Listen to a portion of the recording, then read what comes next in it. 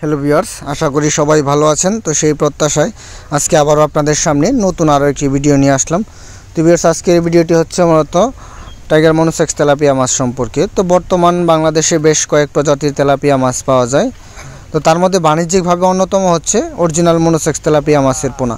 তো আমরা যে তেলাপিয়াটা সচরাচর আমাদের দেশে থাকে দেশি তেলাপিয়া, তো এই তেলাপিয়ার মূলত দেখা গেছে পোনার মান খুবই সাধারণ এবং এই মাছ খুব দ্রুত বড় হয় না এবং খুব দেখা যায় আপনার 5 মাস 6 মাস চাষ করার পরেও 5 পিস বা 6 পিসে কেজি থাকে বা তার চাইতে অনেক সময় বেশি এবং খুব অল্প দিনে এই মাছগুলো পুকুরে বাচ্চা দিয়ে বেড়ে ফেলে। তো বাণিজ্যিকভাবে চাষের জন্য কোনোভাবেই উপযোগী নয় এই মাছ।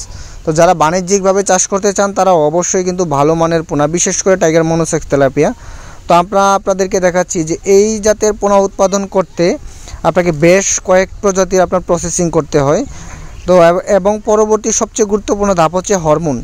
তো এই প্রজাতি এইভাবে আপনার এই তেলাপিয়া মাছের ডিম সংগ্রহ করে রেণু উৎপাদন করার পরে এই মাছগুলোকে 28 দিন পর্যন্ত হরমোন খাওয়ানো হয় আপনার পাউডার ফিটের সাথে মিশে, এবং পরবর্তীতে সেই মাছটি বাণিজ্যিকভাবে চাষাবাদের জন্য উপযোগী হয়।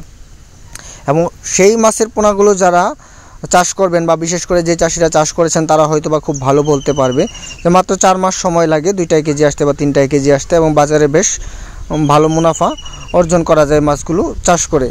তো অনেক খামারি আছে তেলাপিয়া মাছ চাষ করে নিঃস্ব হয়ে গেছে শুধুমাত্র পোনা না সংগ্রহ করতে পারার কারণে। তো তাদের জন্য মূলত আজকের ভিডিওটি তৈরি করা।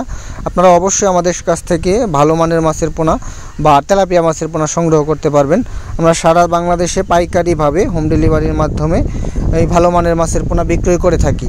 তো যাদের পুকুর প্রস্তুতি শেষ, যেহেতু একদম সিজনের প্রথম, তো এই সময়টাতে অবশ্যই আপনারা চাইলে আমাদের কাছ থেকে পোনা সংগ্রহ করতে পারবেন। তো ভিউয়ার্স, আজকে এই পর্যন্তই।